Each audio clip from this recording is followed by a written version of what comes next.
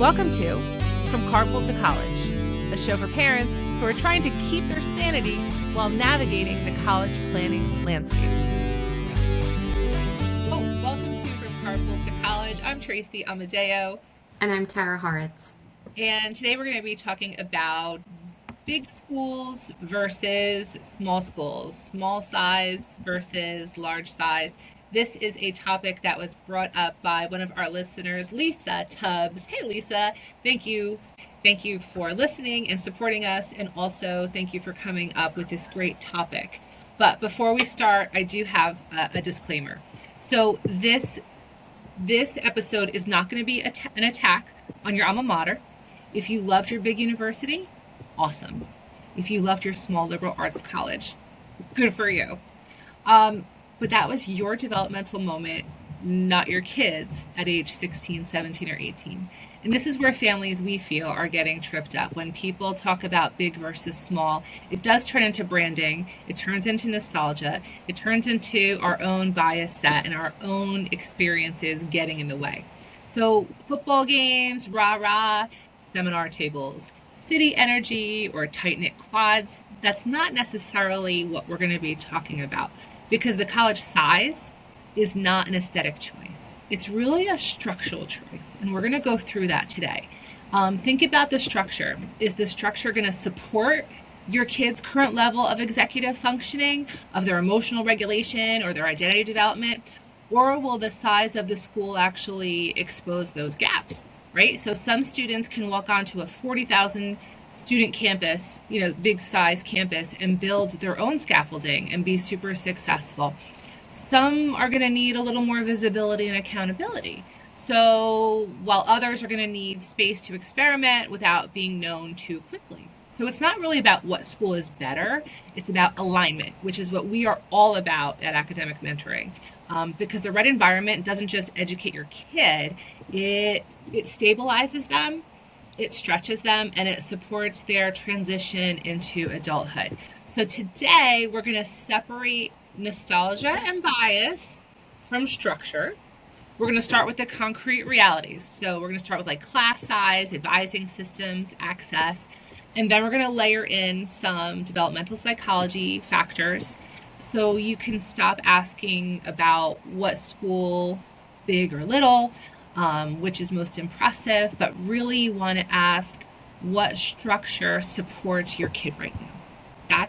That's what we're reframing your question, Lisa. So Tara's going to lead us off, and she's going to start with, hey Tara, how are you doing today? I'm good. How are you?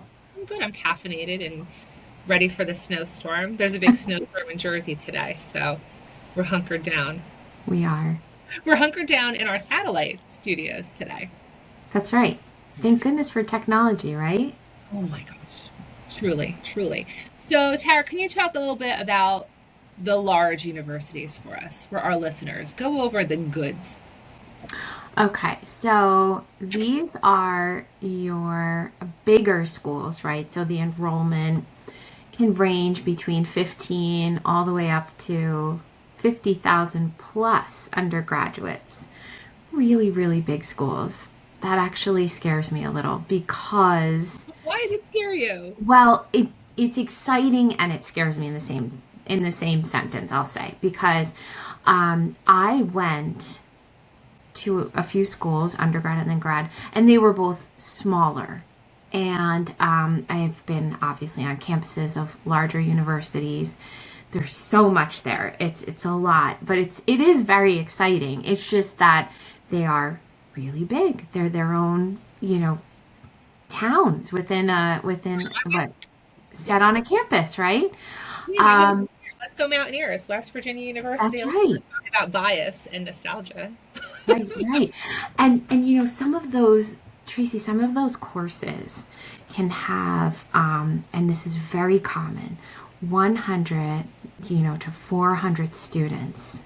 Yeah, in a class. And, those large, like, lecture halls where sometimes they don't even have all the seating. So the kids are listening or they're in the hallways taking the class. I've heard of this, and I kid you not, they will sometimes just be overflowing with students, but they're larger lectures, and sometimes they're led by a TA, teaching assistant, Yeah, the um, graduate student, the sure. grad assistant, Mhm. and it's just a different environment. So students who are attending these larger universities, they often have to take the initiative, right? In terms of if they need help with something, if they are in need to speak with their professor about whatever, if they've missed a class, or if they have an advisor they need to see for picking their next classes. But it's much more, it needs to come from the student, because at times with these bigger schools, the student is a little bit more of just, I don't want to say just a number, but they can get lost in the shuffle, right? Sure. Um, and some of the larger schools, I'm just thinking of locally, some of our schools in New Jersey, one in particular I'm thinking of, but they have multiple colleges. We try not to say names of Right, schools. right. But when But you say you're going to yes. that university, Yeah. the follow up question is always, oh, which college? Which school within that university? Because there's Right. several, and they can span over several towns, even different locations. And another good thing, or another thing about the large universities, and I'll say that this can be a good thing, or it can be a little bit much for some students. It really depends. But there are so many organizations for students, right? And different types of clubs, and outlets, and different ways that students can figure out who they are. Tons and tons and tons of opportunities in a larger university versus, say, a smaller one. So you have the lots of major options, right, including those niche ones that we talked about in our other episode. Right. There's a huge alumni network. In fact, I was just on a social media group, and one of the questions that was posed by the parents were, my student was accepted to this business school and that business school. Which one should they go to if it means there's not much difference in price? And the question was answered with tons of people saying that the alumni network is much bigger at this school, even though this other school is closer to you. And then they followed up with the little slogan that is said, if you go to that school, which we're not going to get into, but Oh my um, what's that? I know exactly what you're talking about. Yeah. So that the alumni networks are huge Yes. for those bigger schools, and that could really be so beneficial in terms of job placement and opportunities, and recruiting, and then just like the energy of a larger school. The football games, the different events that are happening, whether they're fundraisers or sporting events, they're widely known, and it just creates that sense of community, even though it is a bigger environment. So the demands of a bigger school are, you really have to advocate for yourself as a student. You have to kind of navigate through and learn lots of different skills in terms of where you need to be, how you need to get there.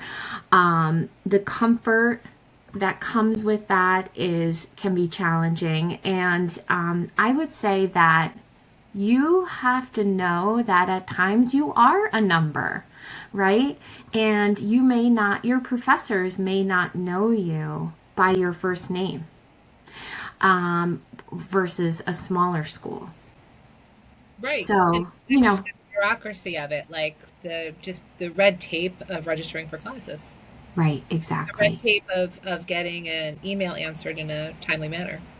You have to really, um, the trade off of, Yeah. I would say, going to that bigger school is you do have to almost speak up, right? Make your voice heard in different ways. So the big like rah-rah schools, right? Those bigger schools. And then you can imagine with the smaller colleges, right? We're going to have obviously the smaller enrollment. So when there's less people on campus and you have your professors, they might recognize you more. They may be able to offer you some more opportunities in terms of, internships or some sort of program that you can work on that wouldn't be offered, or your chances of getting an opportunity like that would be less in a bigger school. The class sizes are small, and that can be very, very important for some students, especially depending on your major, right? So if we're talking 15 to 25 students per class, and yeah, it's hard to be invisible, and it's just more hands-on, small group work. There are opportunities for you to network much easier if you are in that smaller setting. You have ways that you can work with your professors, right? And you have a smaller campus, which means that you're going to get to know everybody. Now, that is one of the things that had come up recently in working with our last group of clients in our last cycle. Was some of them felt that going to certain schools would feel very much like they had never left high school, right? It was like 13th grade. Yeah, 13th And grade. that was great for some, but others just had a bad taste in their mouth, and they did not want that at all. And they thought that wasn't what college should be about. So it is different for everyone, but it can create a similar sentiment, similar feeling, if you will, of almost like never leaving high school. So with the smaller schools, and I know Tracy, you do have some experience with your children, right, and going to a little bit of a smaller school, but there is that accountability. So students are being held accountable a little bit more. The professors will recognize if a student has missed class, or I'll just say in a positive way too. If a student is standing out, and they'll recognize them as a chance for, maybe participating in some sort of program or something that is in their field of study. So building those relationships can also be very valuable when they go to graduate, and for recommendations and career opportunities once that diploma has been given to them. So I think that's really important. And then that network, right? The network of people who are in your dorm with you, who are in your classes with you, in your major, going for your field work if you're involved in a certain major that's required. It does mean that everybody kind of knows everybody, and you can't really hide, right? No. And with that comes that, you have to have that social stamina, that social battery. And it doesn't mean that you have to be an extrovert and be on, in every way always out there, but you do have to kind of keep that in mind, that it is similar to that high school experience where everybody kind of knows everyone. And so when you're sitting in class, it also means for your child that participation is not only something that should be done, but it's most likely expected of you from not just your professors and any kind of TAs that might be in the classroom, but also of your peers. And so again, that no place to hide kind of mentality. That's scary. There's no place to hide, kid. But Yeah, some of our kids need that. yeah, Some of our kids yeah, absolutely need that. And parents, think about where you are, where your boots are on the ground right now, and where your kid is right now. yeah, And think about, does your kid need structure? Does right. your kid need structure, or can they create their own structure? Because Yeah, that is a big question of, can your kid run at a big school? Or does your kid need the structure of a small school? So we're talking about those external frameworks, right? Doesn't necessarily the big school, little school doesn't really change your kid. It just kind of amplifies where they are, which is interesting to think about. It is. It really is. So let's think about that shift to the shift of developmental psychology, because in our academic mentoring practice and in our podcast, we are very student first. We're very child first. If you couldn't figure that out, we are not the typical how to get into XYZ college. We're about authenticity. We're about celebrating who your kid is and allowing for parents to, giving you reliable resources and information so that your family can make an educated decision on those next steps. So saying that, here's a tricky thing to think about is the developmental psychology of college selection. So let's talk about executive functioning. How well does your kid plan independently, not relying on you, mom or dad, to make the calendar for them? Can they do that independently? And then from that, can they manage their time? Do they have to be told to sit and do their homework right now? Or do they already just take care of it? So again, through big school, smaller school, how well can your kid initiate tasks, right? Starting things on their own. How well will they self-monitor, knowing, not procrastinating, not putting things off? How will they follow through? So in a large campus, we're talking about a lot of freedoms. We're talking about less guardrails, less bumper bowling, if you will. And a large campus is you can kind of drift a little more quietly, if that could be an issue, and failure could go unnoticed a lot longer than if your failure and drifting was at a smaller college. So the small campus reality is your visibility does increase your accountability. So you do have that external framework.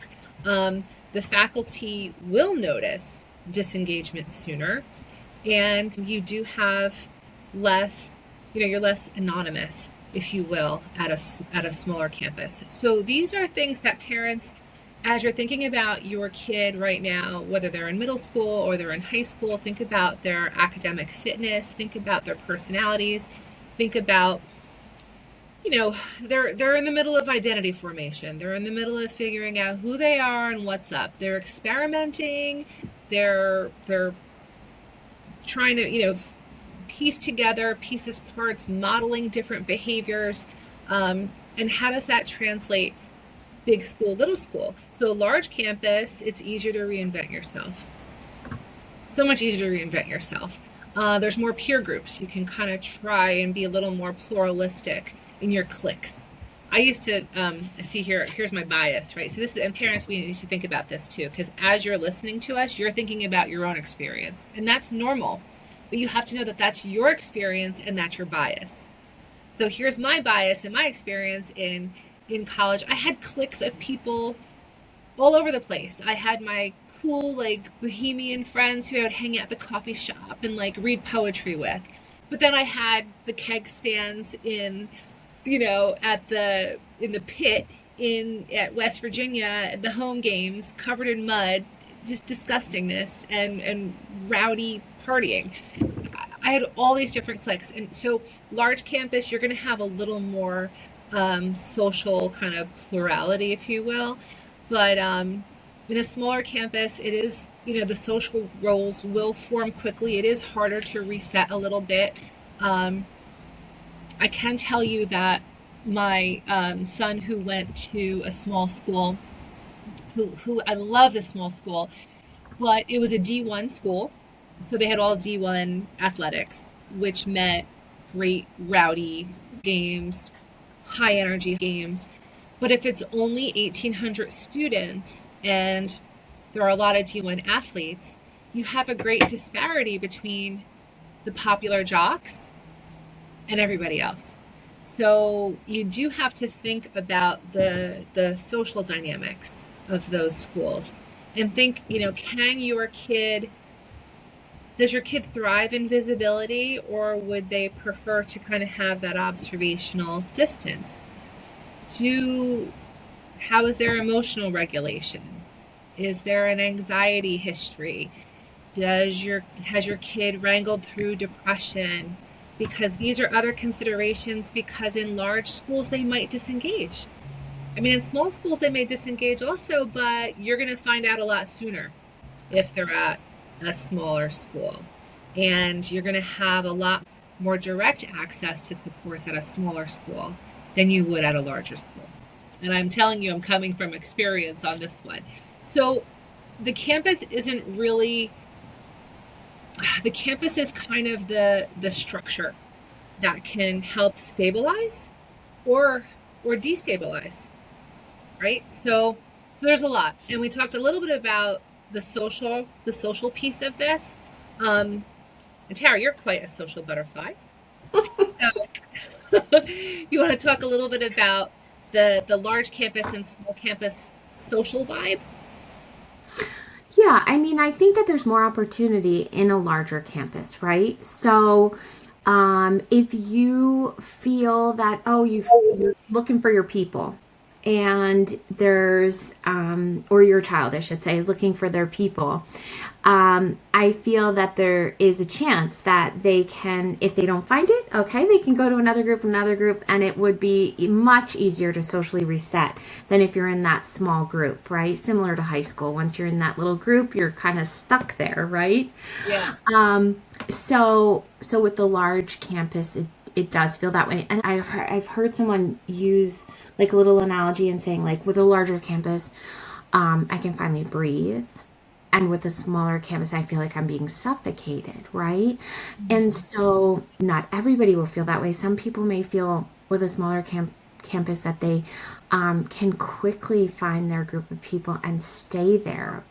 But I do understand that with a bigger, more opportunities to find so many different people, right? Coming from all over, the larger campus would provide that. And then also with a small campus, or now moving to like the smaller one, I think that you find when you do find your group, those friendships can run really deep, right?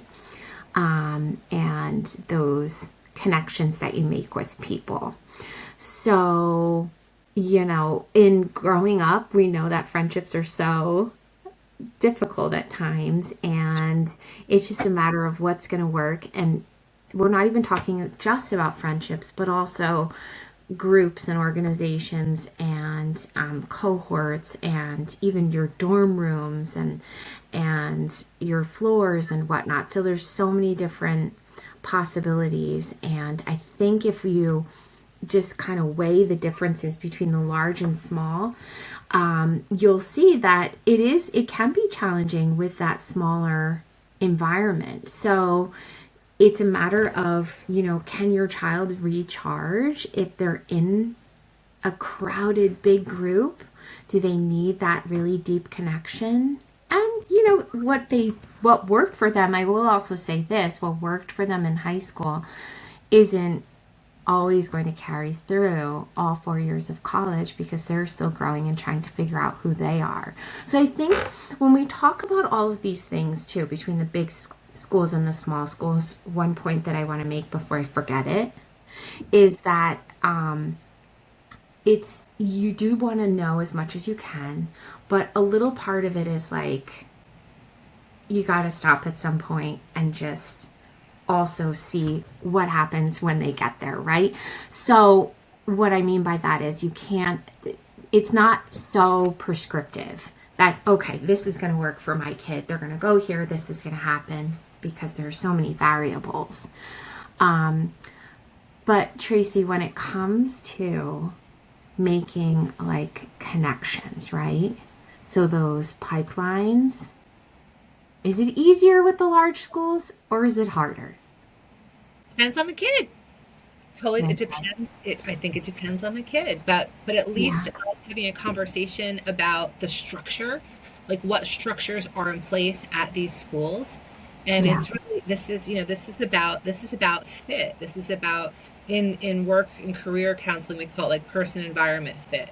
This is about student fit with the structure of the college. So for example, like just like academically, right? Let's say a larger school, like they have R1 research schools, right? Those are nationally accredited, internationally known schools, and there's a high volume of research for academics in the larger schools. Rather in the smaller schools, you still of course have you still have opportunities for research, but the volume is not as robust as in a larger school. And maybe in the large school, you can have a little more specialty niche research versus a smaller school. But then again, I mean, it really depends on the small school. I feel like, it can be the outcomes are not really driven by big school, little school, large university, small college campus, really. It's driven by the student's agency. It's driven by what your kid, how they will engage and flourish in that setting, and that structure will support it. So it's really a function of who your kid is. Mhm. It's so funny because my bias is so thick right now that I have experience as a student who's transferred. I went to a small school first and then transferred to a large school undergrad. So I have seen both, and I have seen the value in both, and I have seen the detriment in both. So really it depends on your kid. To talk quickly about, financial sticker price, Tara, we know that state schools are bound by, large state schools are bound by the rules and regulations that are, it's much more rigid. And we have our smaller schools, our smaller independent schools have a little more flexibility when it comes to financial aid packages. But we know that, if your kid is not going to last in that school, then certainly that's going to be the most expensive one because you'll Right. be paying for it without having having that degree. But I want to task parents to think about some questions when we're looking at large schools versus small schools. And again, Lisa, our listener, great topic to talk about. Um, so families, can your kid get those required classes on time? Are they offered where it's, is it a spring only class and then your kid is behind a semester because they don't get the class? Or what happens if they change majors? Are they going to be behind? Are they going to graduate in 4 years? Again, we want a bachelor's degree in 4 years. Is your advising proactive or is it student initiated? Is in a small school, you're going to have it very much proactive and you're going to know your advisor. In a larger school, it's going to be more student initiated. And if your kid doesn't have that task management executive functioning, they may miss out on advising, and next thing you know, they're not registered for the semester. So big school, small school, depends on your kid. And then how easy is it to access mental health supports? How accessible are professors in that first year? Are they all TAs? Are they all graduate students? It depends. If they are, fine. But if your kid needs that one-on-one and that relationship, maybe a smaller school is for you. How about housing, right? So I know with Joey, with the College of Charleston, housing is, in as many schools, housing is not guaranteed all 4 years. So he had to go and look for off-campus housing as he became an upperclassman, which was fine. He did great. He's a beautiful, beautiful place. But as a parent, it was like, ooh, you're renting. Here's a lease, and my kid is renting a house with four other people. So there's a lot of variables when parents are making these considerations with their kid for your family. So, but really a great kind of a scary thing to consider, Tara, is our parents, our listeners need to ask, where is your kid right now? Is your kid finishing adolescence or is your kid emerging into adulthood? Because we know our kids have their own timelines. And if your kid is still finishing adolescence, you may want to consider a smaller school. If you're, Right, exactly.